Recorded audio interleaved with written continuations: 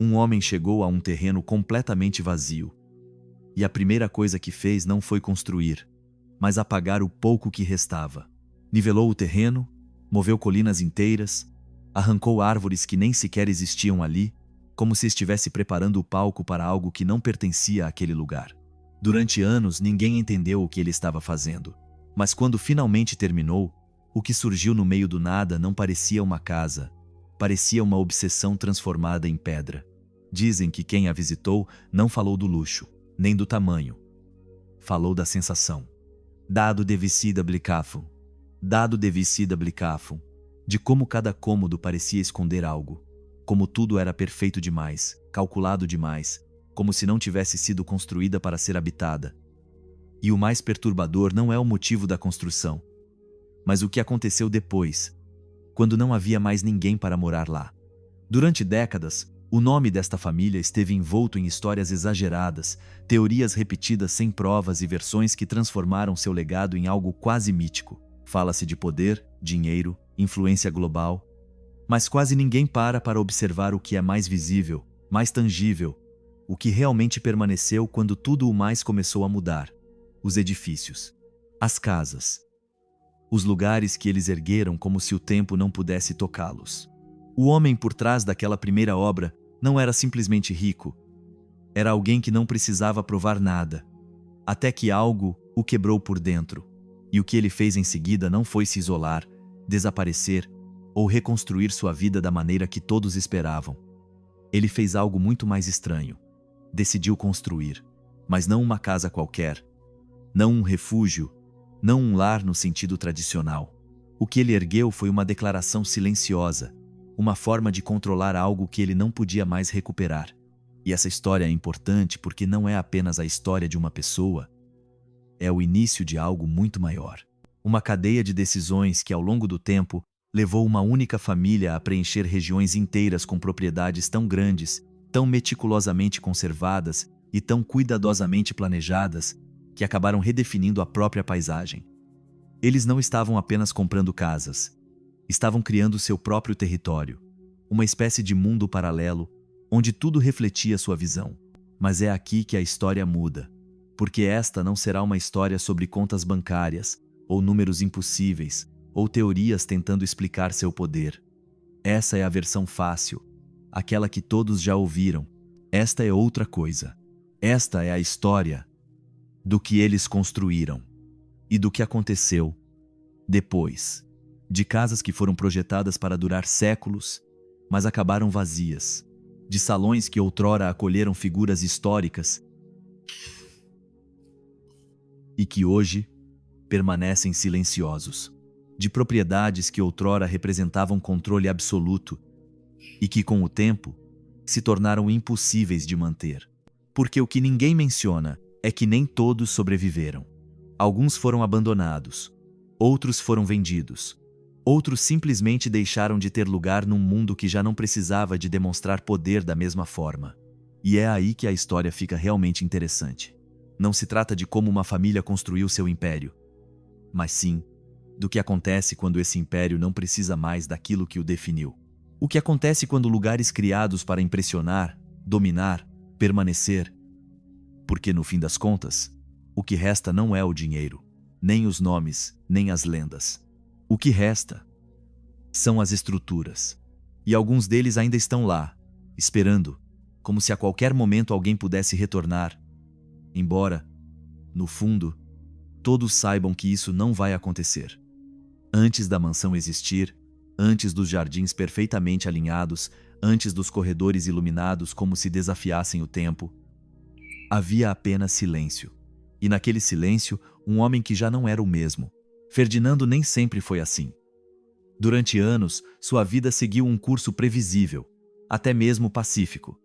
Ele tinha posição, estabilidade e, acima de tudo, um futuro promissor. Não precisava provar nada a ninguém. Não era o tipo de homem que buscava atenção ou grandeza. Seu mundo era muito mais simples. Girava em torno de uma única pessoa. Evelina. Ela não era apenas sua esposa. Ela era o centro de tudo.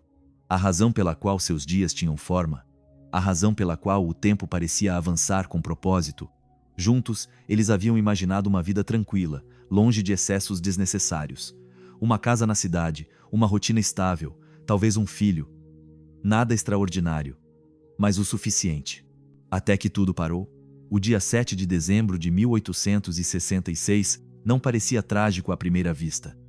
Não havia sinais, nem avisos que prenunciassem o que estava prestes a acontecer. Mas, em poucas horas, Ferdinando perdeu tudo o que havia construído emocionalmente. Evelina morreu durante o parto. O bebê também não sobreviveu. E com isso, o futuro que ele havia imaginado desapareceu por completo. Ele tinha apenas 27 anos. Aqueles que o conheciam começaram a notar a mudança quase imediatamente. Não foi uma queda dramática, nem um colapso visível.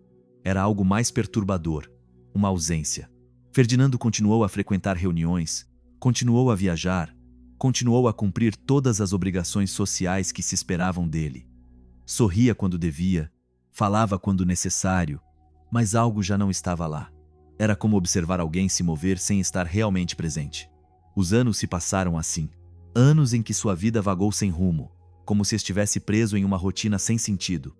Tudo o que antes importava havia perdido o significado. As decisões deixaram de ser relevantes. O tempo simplesmente passou. Até que, quase uma década depois, aconteceu algo que ninguém esperava. Em 1874, Ferdinando comprou um terreno. Não era um lugar especial. Não tinha história, nem beleza natural, nem mesmo conforto. Era uma vasta extensão de terra vazia, sem árvores frondosas, sem água, sem qualquer estrutura. Uma colina árida que fora praticamente despojada de tudo pelo seu antigo dono. Um lugar sem nada. E talvez seja por isso que ele a escolheu. Porque, de alguma forma, aquele terreno refletia exatamente como ele se sentia por dentro. Mas o que ele fez em seguida não foi normal. Ele não se limitou a contratar alguém para construir uma casa. Não delegou o processo nem o tratou como um projeto simples. Ficou obcecado. Nos anos seguintes, dedicou toda a sua energia a transformar aquele espaço do zero. Literalmente. A colina precisava ser modificada. Não era adequada para a construção. Então ele decidiu alterá-la. Toneladas de terra foram removidas. O terreno foi nivelado. E a paisagem foi completamente redesenhada. Para transportar os materiais até o topo, ele mandou construir um sistema temporário para movimentar tudo o que fosse necessário. Nada era suficiente como estava. Tudo teve que ser refeito. Até mesmo as árvores. Ele não esperou que crescessem. Não tinha paciência para isso. Já havia plantado árvores trazidas de outros lugares, estrategicamente posicionadas para que a terra não parecesse nova, mas antiga. Como se sempre tivesse estado ali. Como se o tempo pudesse ser fabricado. Cada detalhe respondia a uma ideia fixa. Criar algo que não mostrasse sua origem, algo que não revelasse o processo, algo que parecesse eterno desde o primeiro dia. Mas a verdadeira construção não estava acontecendo do lado de fora. Eu estava dentro de casa. Ferdinand não preenchia os espaços por mero luxo. Não comprava objetos simplesmente pelo seu valor. Cada peça era escolhida com uma precisão quase obsessiva. Móveis, tapeçarias, obras de arte. Tudo respondia a uma lógica interna. A uma visão que só ele compreendia plenamente. Eu não estava decorando. Ele estava organizando o mundo. Um mundo onde tudo tinha seu lugar, onde tudo se encaixava, onde nada se perdia sem deixar rastro. O oposto da minha experiência. A casa cresceu e se tornou algo que superou todas as expectativas. Dezenas de cômodos, sistemas modernos para a época, detalhes que pouquíssimas residências possuíam naquele tempo. Mas o mais impressionante não era seu tamanho nem sua tecnologia. Essa foi a sensação que provocou. Quem a visitava não via apenas uma mansão. Sentia algo difícil de explicar. Tudo era meticulosamente cuidado, planejado com esmero, perfeito demais. Não havia caos, nem improvisação. Não havia vazio. No entanto, era impossível ignorar o motivo de sua existência. Porque, no fundo, cada muro, cada jardim, cada objeto era uma resposta a uma perda. Ferdinando não falou sobre isso. Não precisava. A casa dizia tudo. Foi uma tentativa de reconstrução. Não de uma vida, mas de uma ausência.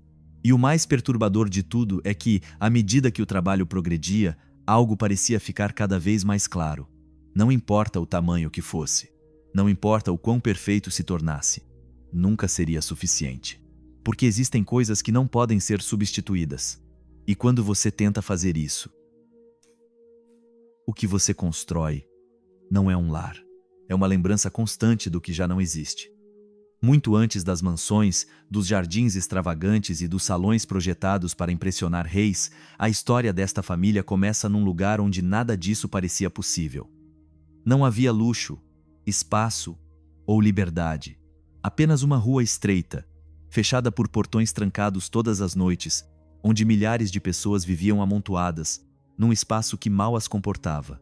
Casas construídas para cima porque não conseguiam se expandir para os lados, cômodos compartilhados por famílias inteiras, ar pesado, ruas estreitas onde duas pessoas mal conseguiam passar sem se esbarrar. Esse foi o ponto de partida. Naquele lugar, nasceu um menino que não herdaria terras, nem títulos, nem conexões com o poder. A única coisa que herdou foi uma limitação constante. Uma estrutura que lhe dizia até onde podia ir e que, em teoria, não podia romper. Sua família morava em uma casa identificada por um símbolo simples, quase insignificante para quem a visse de fora. Um escudo vermelho na entrada. Não era um emblema de grandeza. Era apenas uma forma de distinguir uma casa entre muitas outras semelhantes. Mas com o tempo, aquele símbolo passaria a representar algo completamente diferente. Seu destino parecia predeterminado. Educação religiosa, uma vida confinada aos limites de sua comunidade, uma existência previsível. Mas a história raramente segue o caminho mais lógico. Quando ainda era muito jovem, a perda dos pais o obrigou a deixar aquele ambiente prematuramente. Não por escolha, mas por necessidade. Ele foi enviado para aprender um ofício que nada tinha a ver com o que se esperava dele: o mundo do dinheiro. Ele não começou no topo, nem de perto. Começou observando, aprendendo, entendendo como as coisas funcionavam desde a base. Moedas, câmbio, pequenas movimentações que para os outros eram detalhes insignificantes. Era uma maneira diferente de enxergar o sistema. Enquanto outros aceitavam as regras, ele começou a compreendê-las. E quando você entende as regras, eventualmente consegue encontrar uma maneira de jogar melhor do que todos os outros. Quando retornou à sua cidade, ele não voltou com poder ou riqueza. Voltou com algo mais perigoso: conhecimento. Começou com um pequeno negócio, quase invisível, negociando objetos que pareciam triviais para a maioria, mas que o conectavam com pessoas que tinham dinheiro, que tinham influência. Ele não buscava crescimento rápido. Buscava se estabelecer. E o fez com paciência, com precisão, construindo relacionamentos baseados não apenas em trocas, mas em confiança. Uma dessas conexões mudaria tudo. Um homem com recursos quase ilimitados, obcecado por colecionar, acostumado a lidar com pessoas que buscavam tirar vantagem dele. Mas desta vez foi diferente. Ele não encontrou alguém tentando impressioná-lo. Encontrou alguém que entendia o que ele fazia. Esse relacionamento começou discretamente, quase insignificante, mas com o tempo se transformou em algo muito mais profundo. Ele não era apenas um cliente. Ele era uma porta. E quando aquela porta se abriu, tudo mudou, porque dinheiro não é apenas riqueza, é movimento. E em tempos de crise, esse movimento se torna caótico. Guerras, conflitos, governos perdendo o controle. Para a maioria, isso significa perigo. Para quem entende o sistema, significa oportunidade. E foi nesse contexto que essa família deixou de ser pequena. Mas é aqui que a história toma uma forma completamente diferente da esperada. Não foi uma única pessoa que construiu o poder. Foi uma estratégia. 5 crianças. 5 decisões que na época pareceram arriscadas, até mesmo ilógicas. Em vez de manter tudo em um só lugar, em vez de concentrar o poder, eles o dispersaram. Cada uma foi enviada para uma cidade diferente. Não aleatoriamente, para locais estratégicos. Lugares onde o dinheiro circulava, onde decisões importantes eram tomadas, onde a informação tinha valor. O que eles criaram não foi apenas uma família rica. Era uma rede. Enquanto outros dependiam de notícias de última hora, eles já sabiam o que estava acontecendo. Enquanto os mercados reagiam, eles já haviam agido. Não precisavam competir em igualdade de condições, porque não estavam jogando o mesmo jogo. A informação circulava entre eles a uma velocidade que ninguém mais conseguia acompanhar. E num mundo onde cada decisão dependia do momento certo, isso era tudo. Mas, além do dinheiro, o que realmente os diferenciava era outra coisa: unidade. Eles não eram indivíduos buscando benefício próprio. Eram peças de um sistema maior, coordenado e interconectado, todos alinhados na mesma direção. Cada movimento tinha impacto sobre os demais. Cada decisão fazia parte de algo maior. E isso, em um ambiente onde todos competiam entre si, os tornava praticamente imbatíveis. Com o tempo, o que começou como uma adaptação tornou-se dominante. Eles não apenas participavam do sistema, eles o influenciavam. Governos dependiam deles em momentos críticos. Decisões que afetavam países inteiros passavam direta ou indiretamente por suas mãos. Mas tudo isso acontecia sem a exposição que se poderia imaginar. Eles não precisavam ser vistos. Não precisavam causar alarde. O verdadeiro poder raramente se manifesta dessa forma. E enquanto tudo isso acontecia, algo mais estava sendo construído em paralelo. Uma identidade. O símbolo do escudo vermelho deixou de ser um simples detalhe em uma porta e se tornou um nome reconhecido, uma marca associada à estabilidade, precisão e controle. Mas o mais interessante é que esse crescimento não foi impulsionado pela necessidade de provar nada. Não havia urgência, não havia pressa. Havia uma estratégia. Geração após geração, o sistema perdurou. Adaptou-se, mudou, evoluiu, mas nunca ruiu. E é isso que realmente define esta história. Não se trata apenas de ascensão social. Não se trata apenas de riqueza. É a continuidade. Porque construir algo grandioso é difícil. Mas mantê-lo. Essa é uma história completamente diferente. E quando finalmente atingiram um nível em que o dinheiro deixou de ser uma preocupação, em que o poder não precisava mais ser consolidado, foi aí que começaram a fazer algo que, à primeira vista, não fazia sentido. Eles começaram a construir. Não por necessidade. Não para investimento. Não para estratégia financeira. Mas por algo mais profundo. Algo que não pode ser medido em números. Algo que tem mais a ver com identidade do que com riqueza. Porque depois de tudo o que haviam conquistado, depois de tudo o que haviam acumulado, havia uma pergunta que ainda não tinha resposta. Como representar o poder quando não é mais necessário demonstrá-lo? E a resposta foi pedra, terra, estruturas impossíveis, lugares projetados não apenas para existir, mas para perdurar. Mas como você verá mais tarde. Até isso tinha um limite. Parte final. Em toda a história de poder, chega um ponto em que o dinheiro deixa de ser o objetivo e se torna uma ferramenta. Para essa família, esse momento não chegou com um anúncio, uma vitória clara ou uma data específica que pudesse ser marcada no calendário. Ele veio silenciosamente, quase imperceptivelmente, quando eles pararam de reagir ao mundo e começaram a moldá-lo. E foi aí que o que eles haviam construído nas sombras começou a tomar forma visível e tangível, impossível de ignorar. Não se tratava apenas de riqueza acumulada em contas bancárias ou influência sobre decisões invisíveis. Tratava-se de presença. E assim começou uma etapa completamente diferente. A expansão pelo território, através da arquitetura, através de espaços concebidos não apenas para viver, mas para afirmar algo muito mais profundo. Em uma região específica, a menos de 1 hora de uma das principais cidades do mundo, eles começaram a adquirir terras metodicamente. Não aleatoriamente, nem por impulso. Cada compra fazia sentido dentro de um plano maior. Propriedades próximas umas das outras, conectadas por estradas, cercadas por uma natureza cuidadosamente preservada. O que eles estavam criando não era uma coleção de casas, era um território. Um território que, com o tempo, passou a ser reconhecido por um nome não oficial, mas revelador. Um nome que não constava nos mapas, mas que todos entendiam. Porque quando uma única família controla a paisagem, quando a sua presença define a economia local, a arquitetura, até mesmo o cotidiano de quem vive nas proximidades, deixa de ser uma coincidência. Torna-se um domínio. As mansões começaram a surgir uma após a outra, cada uma com seu próprio estilo, sua própria identidade, mas todas conectadas por um único propósito. Elas não competiam abertamente entre si, mas era evidente que havia uma espécie de diálogo silencioso entre elas. Uma queria ser mais imponente.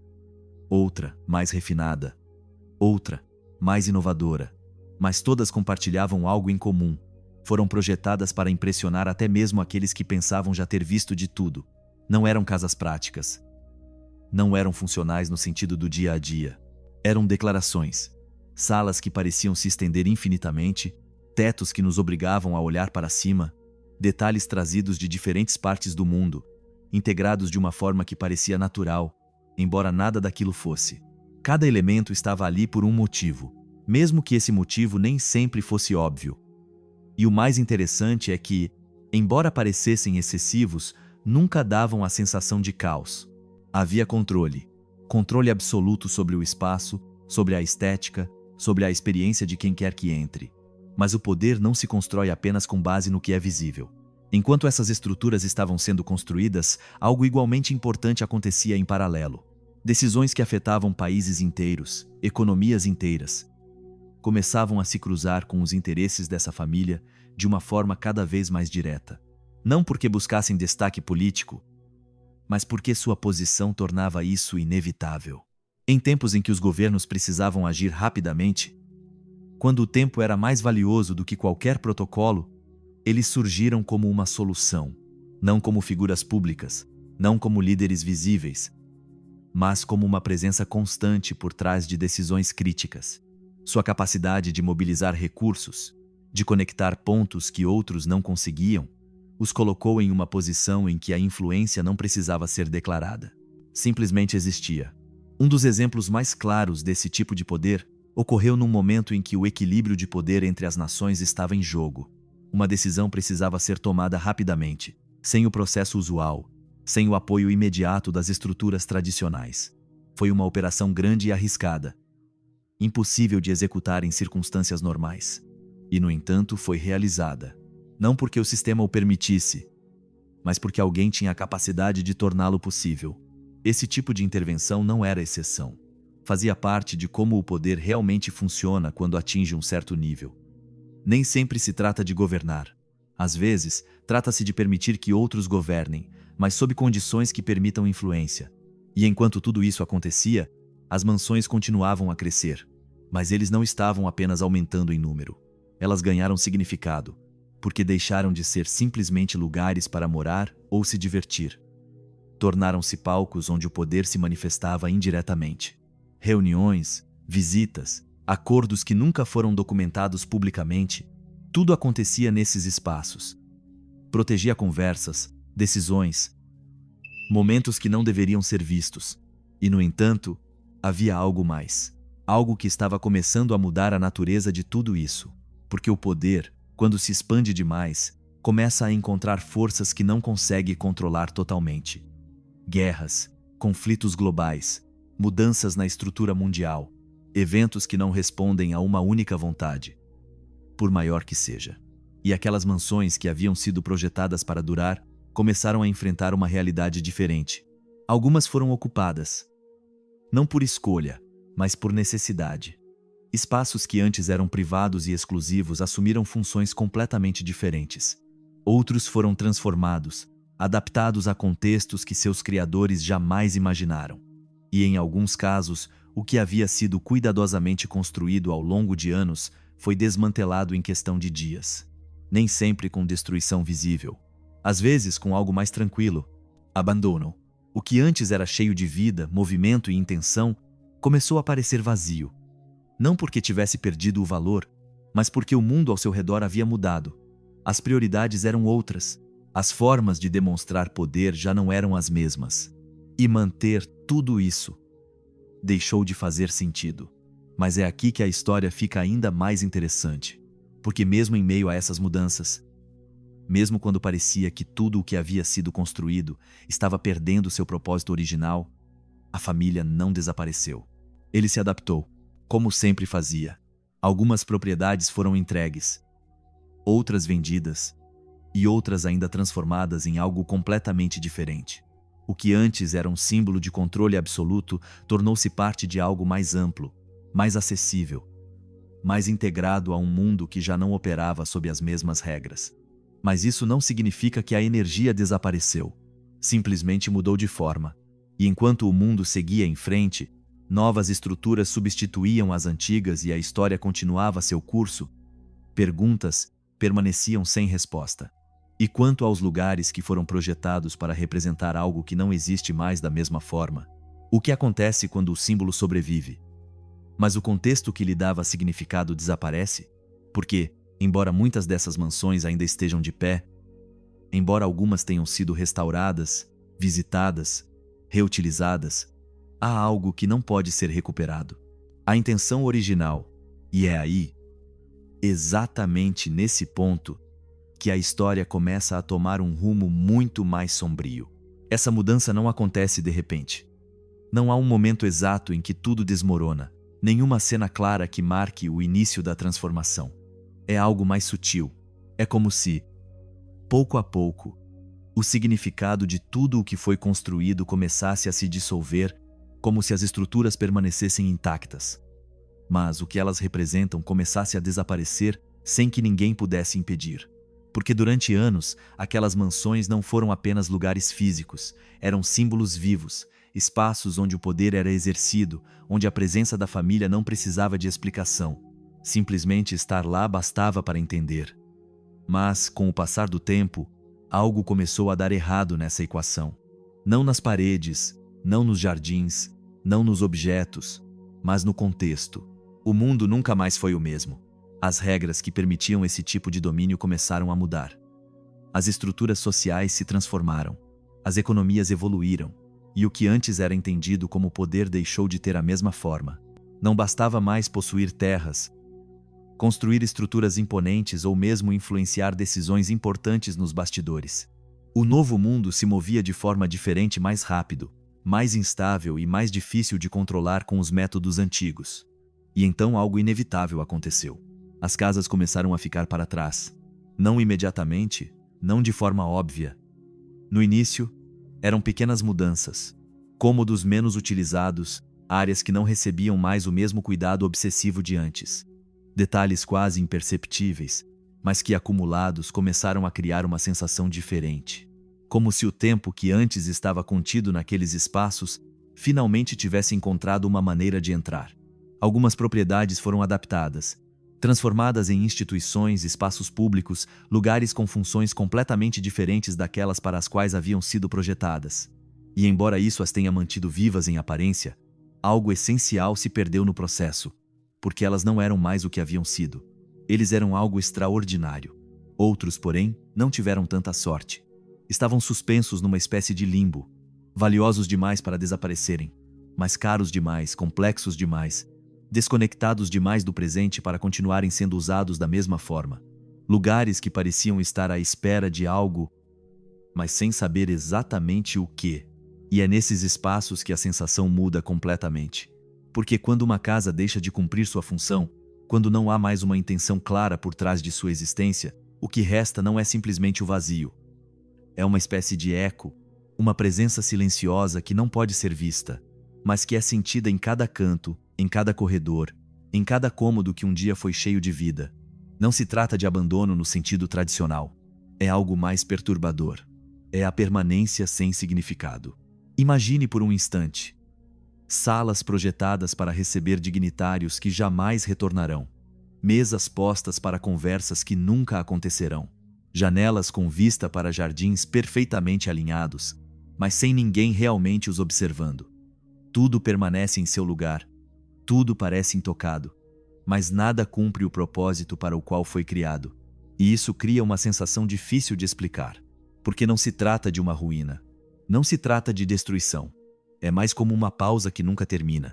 Enquanto isso, a família seguiu em frente, adaptando-se, mudando-se, encontrando novas maneiras de se manter relevante em um mundo que não funcionava mais como antes. O poder não desapareceu, mas deixou de estar ancorado nesses lugares. Tornou-se mais abstrato, mais móvel, menos dependente de estruturas físicas. E é aí que ocorre a verdadeira ruptura. Pela primeira vez, as casas e a energia elétrica deixaram de estar conectadas. Durante gerações, elas foram uma extensão direta umas das outras. Construir era uma forma de afirmar, consolidar, demonstrar. Mas agora, essas construções começavam a se apresentar como peças isoladas, desconectadas da função que lhes dava significado, como se fossem vestígios de uma versão anterior do mundo. E o mais perturbador é que, em muitos casos, ninguém sabia exatamente o que fazer com eles. Eles não podiam simplesmente ser destruídos, não apenas por seu valor intrínseco, mas também pelo que representavam. Tampouco podiam ser mantidos indefinidamente sem um propósito claro. Assim, ficaram presos em uma espécie de limbo, existindo, mas sem uma razão totalmente definida. E com o passar do tempo, essa incerteza começou a se transformar em algo mais. Porque quando um lugar perde sua função, a forma como ele é percebido começa a mudar. O que antes era impressionante agora pode parecer excessivo. O que antes era perfeito agora pode parecer artificial. O que antes representava controle agora pode sugerir algo completamente diferente. Algo mais próximo da obsessão. A necessidade de preencher um vazio que nunca desapareceu completamente. E se você olhar para trás, se conectar tudo desde o início, desde aquele homem que decidiu construir, não por necessidade, mas por causa de uma perda, uma ideia perturbadora começa a surgir. Talvez nunca tenha sido apenas uma questão de poder.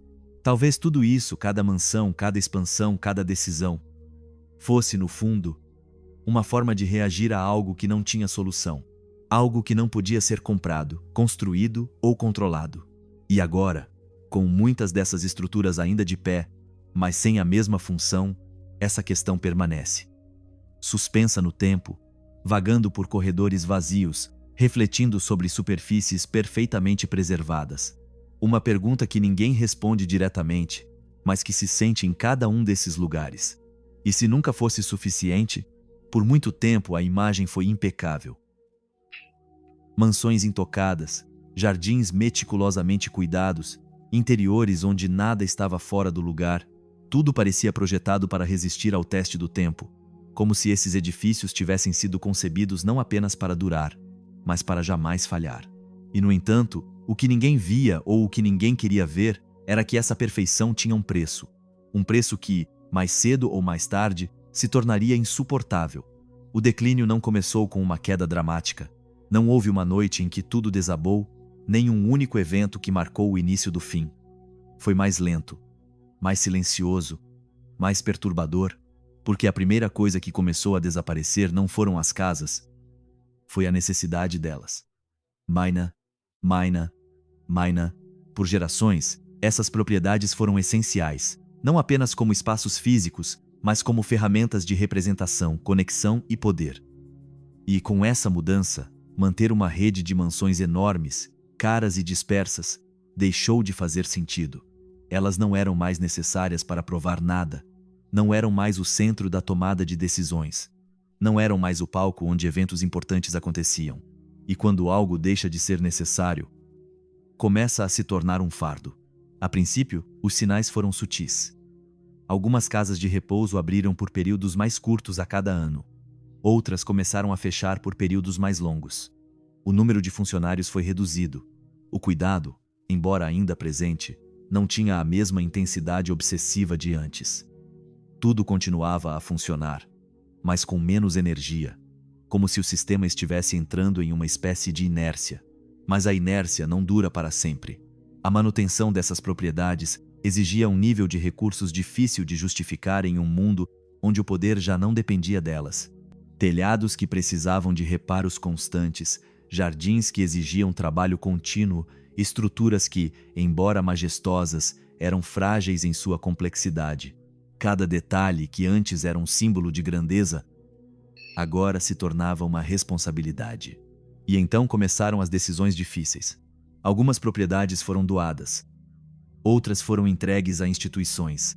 Mas nem todas encontraram um novo propósito tão facilmente. E é aí que surge uma das imagens mais impactantes desta história. Os leilões. Não como eventos elegantes, mas como processos inevitáveis. Salas que por décadas abrigaram peças únicas, coleções cuidadosamente reunidas, objetos com história, começaram a se esvaziar. Não simbolicamente, mas literalmente. Quadros retirados das paredes. Os móveis foram movidos peça por peça. objetos que permaneceram no mesmo lugar por gerações, prontos para serem vendidos. Prontos para serem vendidos. E o mais chocante não foi apenas a venda em si, foi fragmentação. Porque essas coleções não eram aleatórias. Elas foram construídas intencionalmente, com uma lógica interna, com uma visão que lhes dava significado como um todo. Tudo é separado. Tudo é dividido. Tudo se torna unidades individuais com um preço atribuído. O que antes era uma história torna-se um inventário. E em questão de dias, o que levou décadas para ser construído desaparece, não porque deixe de existir, mas porque deixe de estar unido. O resultado é difícil de ignorar. Salas vazias onde antes havia identidade, espaços que ainda conservam sua estrutura, sua forma, sua presença, mas que já não possuem conteúdo algum. E isso muda completamente a forma como são percebidos. Porque uma casa sem seus pertences não é a mesma casa. É uma versão incompleta do que já foi. E à medida que mais propriedades passavam por esse processo, a ideia de perfeição começou a ruir. Não era mais possível manter a imagem de controle absoluto quando a evidência da mudança estava ali, visível, inevitável.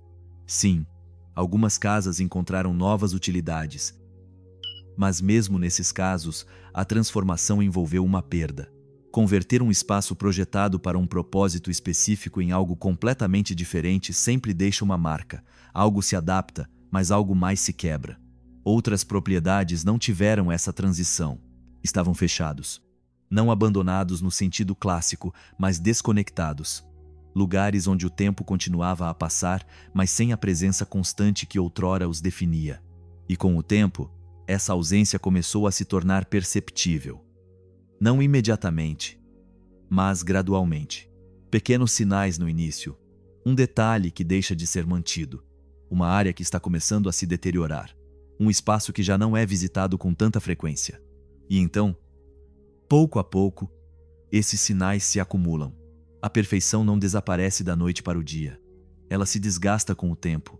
E esse desgaste é particularmente perturbador quando ocorre em locais projetados para parecerem eternos. Porque cada rachadura, cada marca, cada sinal de deterioração não afeta apenas a estrutura, afeta a própria ideia do que ela representava.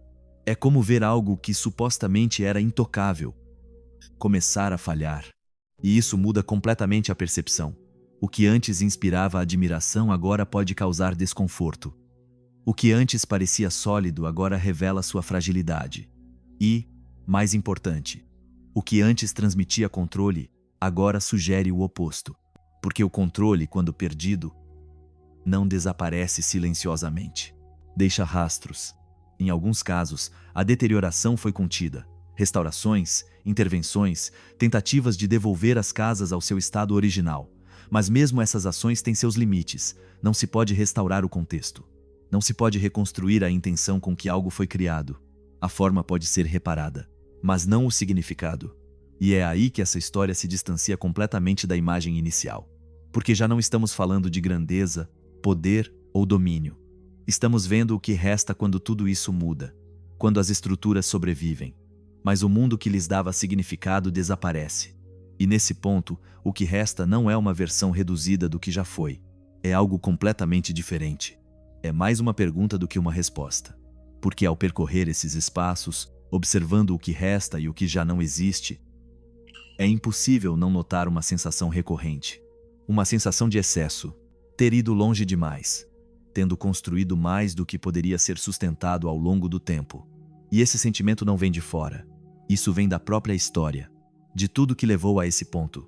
A cada decisão, a cada expansão, a cada tentativa de manter algo que, no fundo, já estava mudando. Porque o verdadeiro declínio não é a perda de casas, é a perda daquilo que os tornava necessários. E quando isso desaparece, o que resta, por mais impressionante que seja, começa a parecer diferente. Mais vazio, mais pesado, mais difícil de justificar. Como se, em vez de representarem o sucesso, tivessem começado a refletir algo que ninguém queria admitir. Abimi, boçais, abimi, abimi. Até mesmo as estruturas mais perfeitas têm um limite. S, S, S, S, S, S. E quando esse limite é atingido, não há volta atrás. E essa fronteira nem sempre é aparente do lado de fora. Para quem observa à distância, muitas dessas casas permanecem impressionantes, quase intocadas, como se nada tivesse realmente mudado. Mas quando você se aproxima, quando caminha por seus espaços, quando entende o que havia ali antes, a diferença se torna impossível de ignorar. Não se trata apenas do que está faltando. Isso é algo que não acontece mais. As risadas que preenchiam os cômodos, as conversas que moldavam decisões importantes, o movimento constante de pessoas que dava vida a cada canto, tudo isso desapareceu. E o que restou não foi um silêncio absoluto, mas algo mais perturbador. Um silêncio que parece nos lembrar constantemente que este lugar já foi algo completamente diferente, porque existe uma enorme diferença entre um espaço vazio e essas casas pertencem à segunda categoria. Alguns foram restaurados, sim, abertos ao público, transformados em atrações, museus, experiências cuidadosamente planejadas para recriar o que eram antes. Mas mesmo nesses casos, algo não se encaixa perfeitamente. Tudo está lá, perfeitamente posicionado, perfeitamente iluminado, mas já não parece natural. É representação. É uma versão controlada do passado, repetida inúmeras vezes para aqueles que por acaso observam, mas que já não possui qualquer ligação real com o que era originalmente, porque a intenção não pode ser recriada. A presença não pode ser simulada. E você consegue sentir isso. Sente-se isso nos detalhes, no ritmo, na forma como as pessoas se movem por esses espaços sem realmente os habitar. Como se tudo tivesse se tornado uma espécie de cenário onde resta apenas a forma, e não a essência. E nas casas que não foram restauradas, esse sentimento é ainda mais forte. Não há qualquer tentativa de recriação ali, não há qualquer esforço para manter uma imagem. Existe apenas a passagem do tempo, avançando sem resistência, marcando cada superfície, cada estrutura, cada canto que um dia foi perfeito. E é nesses lugares que o contraste se torna mais evidente, mais direto, mais difícil de ignorar, porque você vê o que era e o que é. E você entende que não foi uma queda repentina, foi exaustivo, um processo lento em que tudo gradualmente perdeu o sentido, até que mantê-lo deixou de ser prioridade. E quando isso acontece, quando algo deixa de ser prioridade, começa a desaparecer, mesmo que ainda esteja fisicamente presente. E talvez essa seja a coisa mais perturbadora de todas. Esse declínio não destrói necessariamente o que já existe. Isso apenas lhe tira o propósito. E quando um lugar perde sua função, já não importa o quão grande, caro ou perfeito ele tenha sido um dia. Está começando a parecer desnecessário. Se essa história terminasse com o declínio das casas, seria fácil interpretá-la como tantas outras. Uma acumulação de poder que eventualmente se torna insustentável. Uma série de símbolos que perdem seu significado com o tempo. Mas é aqui que algo diferente acontece. Purado vezero mu3 contum teluar o bais vindo cizer mais. Porque, ao contrário de outras famílias, outros impérios, outras estruturas que desaparecem quando as condições mudam, elas não desapareceram. Em estecipido w desse, eles se transformaram. E isso muda completamente a interpretação de tudo o que foi dito anteriormente.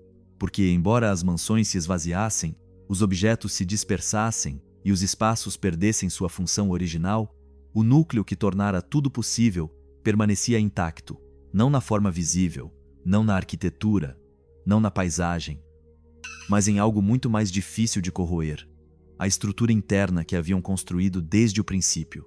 Uma forma de pensar, uma forma de operar, uma forma de adaptação. Desde o início, seu verdadeiro poder nunca residiu apenas no que possuíam, mas em como se organizavam. A rede, a coordenação, a capacidade de se antecipar aos outros, de resistir a mudanças que para outros significavam o fim. Isso não estava atrelado a uma casa, um território ou mesmo uma geração específica. Era transferível, e foi isso que lhes permitiu sobreviver a tudo o que veio depois. Guerras, crises econômicas, transformações políticas, colapso de sistemas, e surgimento de outros em seu lugar. Cada um desses momentos representou uma ameaça real para qualquer um que dependesse de estruturas rígidas, mas eles não se apoiaram nisso. Quando o ambiente mudou, eles mudaram com ele. Quando uma maneira de fazer as coisas deixou de funcionar, eles encontraram outra. Eles não se agarraram. Eles estavam evoluindo. E esse é talvez o ponto mais importante desta história, porque rompe com a ideia tradicional de legado. Normalmente, quando pensamos no que alguém deixa para trás, pensamos em objetos, edifícios, coisas que permanecem fisicamente.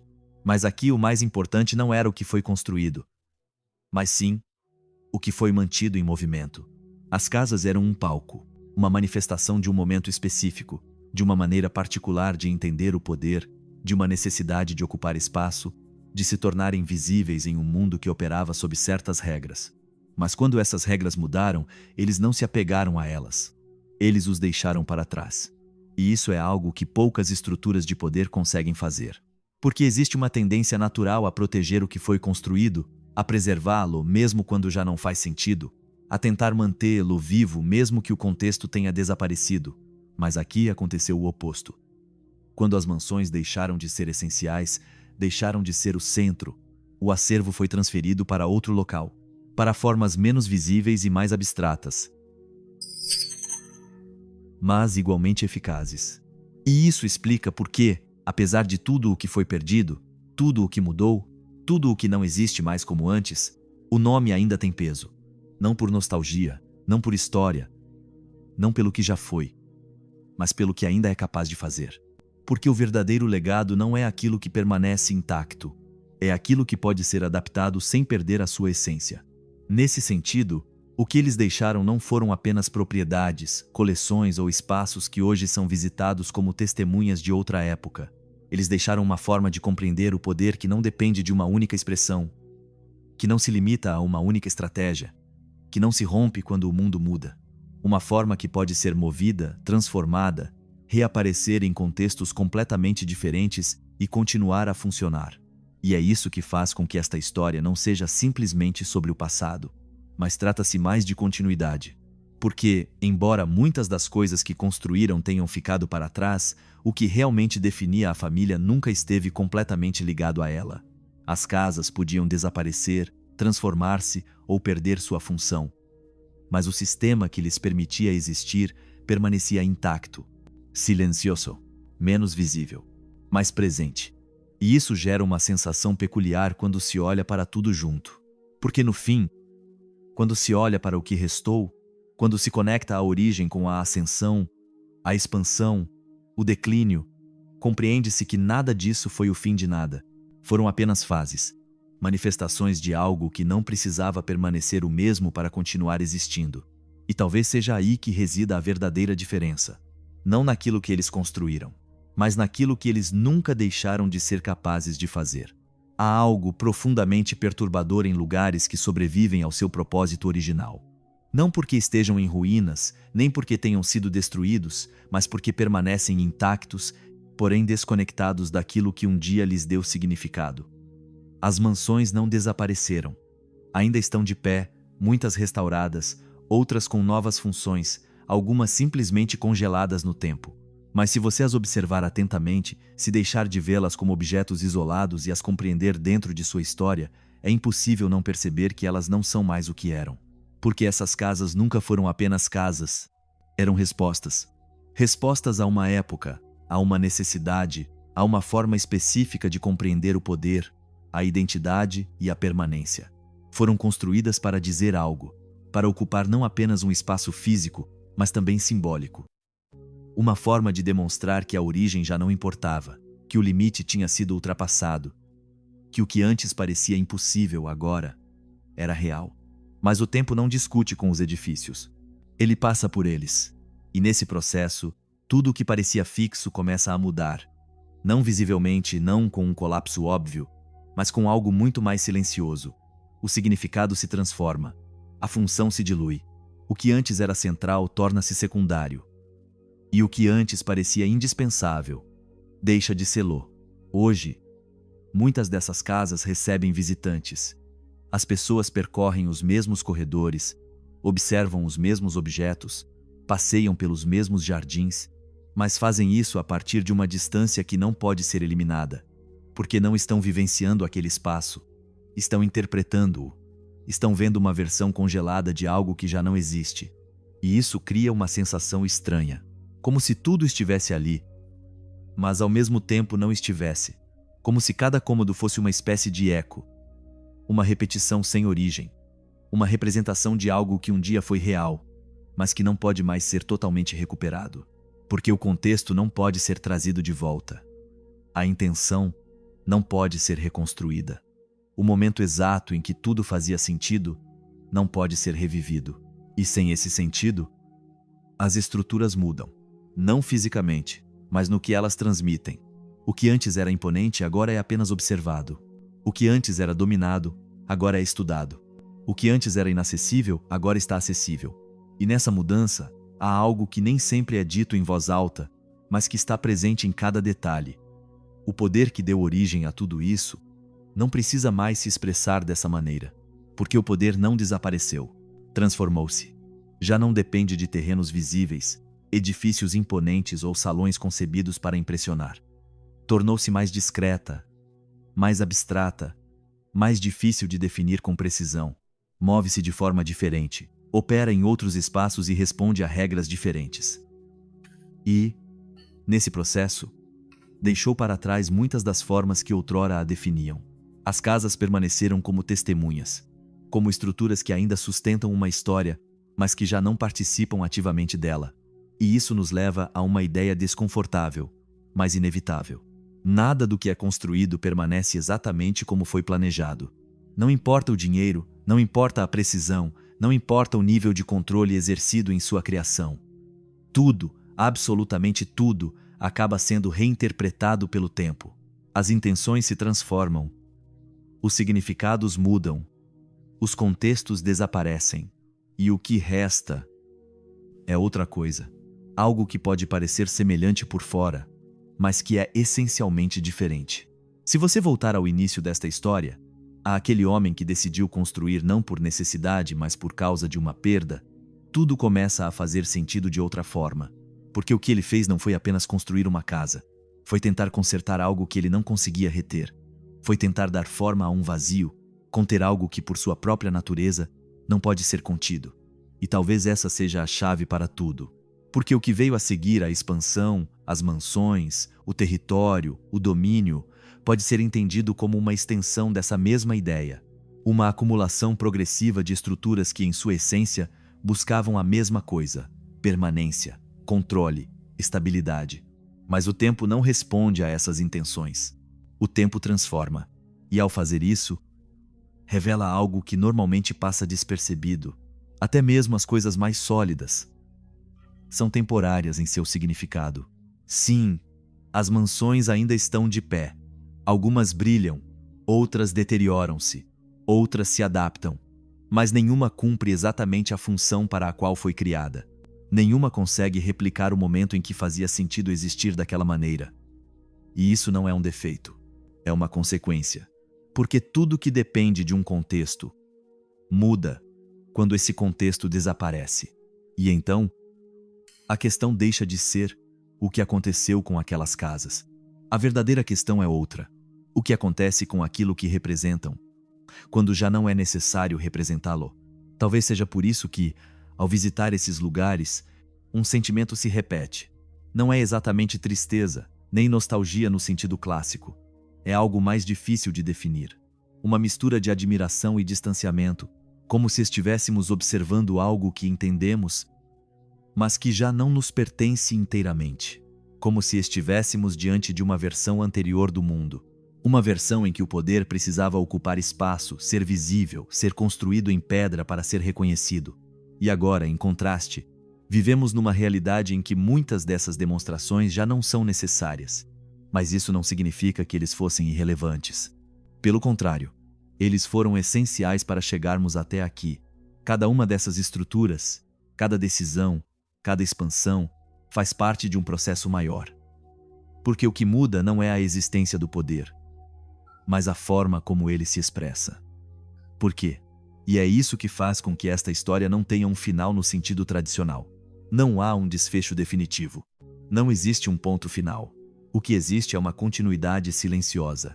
Um movimento que não precisa das mesmas ferramentas, que não depende das mesmas estruturas, mas que permanece presente, adaptando-se, evoluindo e avançando. Sim, as casas ficaram para trás, mas não como fracassos, mas em etapas, como lembranças físicas de uma maneira específica de compreender o mundo, de construir dentro dele, de tentar deixar uma marca que resistisse ao teste do tempo. E mesmo que essa marca tenha mudado, mesmo que não signifique mais a mesma coisa, ela ainda está lá. Aqui, ela ainda está lá. Não como era antes, mas sim como prova. Evidências de que tudo o que parece permanente está, na verdade, em processo. Até mesmo as coisas maiores, mais sólidas e mais cuidadosamente projetadas acabam fazendo parte de algo maior. Algo que não para. Algo que não permanece estático. Algo que está sempre mudando. E talvez, no fim das contas, essa seja a única constante real. Não as casas. Não é poder. Não os nomes. Mas mude, porque todo o resto, mais cedo ou mais tarde, encontra uma maneira de se transformar.